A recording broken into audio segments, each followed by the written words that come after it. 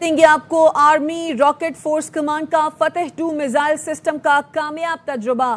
فتح 2 missile system جدید avionics اور navigational سہولیات سے آراستہ ہے۔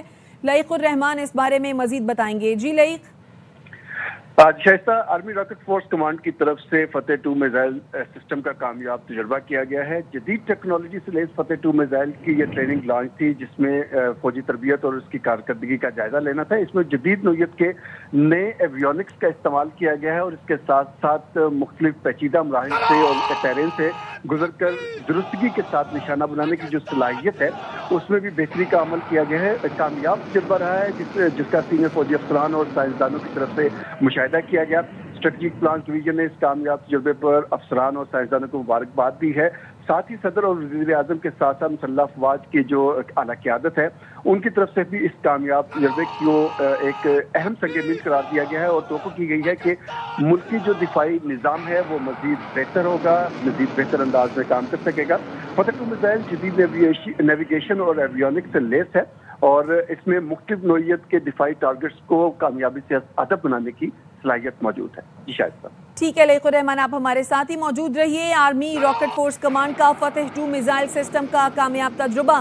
فتح 2 میزائل سسٹم جدید ایویونکس اور نیویگیشنل سہولیات سے آراستہ ہے، تو یہ کامیاب تجربہ کیا گیا ہے فتح 2 میزائل سسٹم کا۔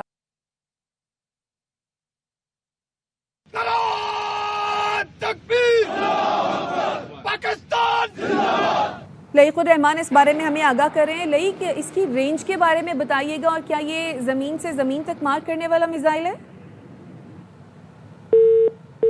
لئیق الرحمان سے رابطہ کریں گے۔ آرمی راکٹ فورس کمانڈ کا فتح 2 میزائل سسٹم کا کامیاب تجربہ۔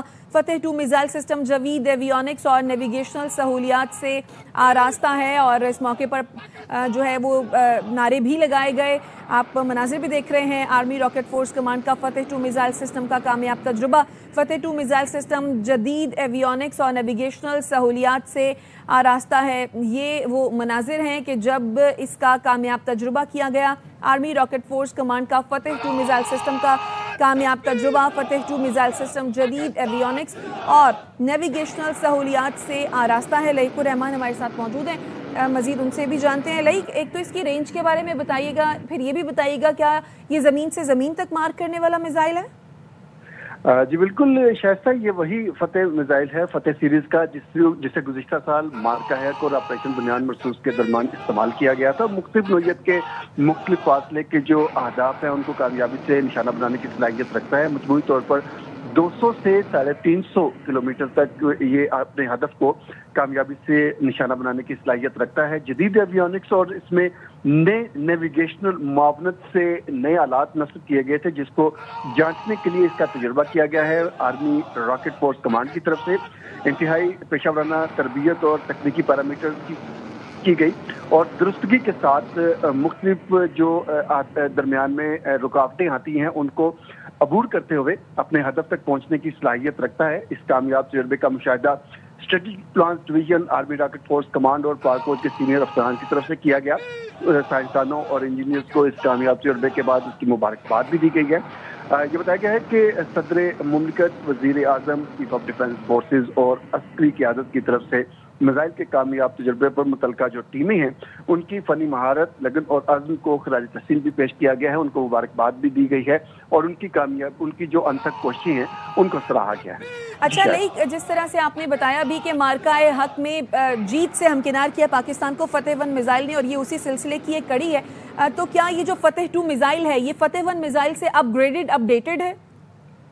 جی بالکل، یہ اس سے کچھ زیادہ طویل فاصلے تک ہدف کو جہاں نشانہ بنا سکتا ہے اپنے ٹارگٹ کو، وہیں پر اس کے اندر جو کچھ ایویونکس کا اور کچھ نیویگیشنل جو اکوپمنٹ ہے اس میں بہتری لائی گئی ہے، اس کو مزید اس کا معیار بہتر بنایا گیا ہے۔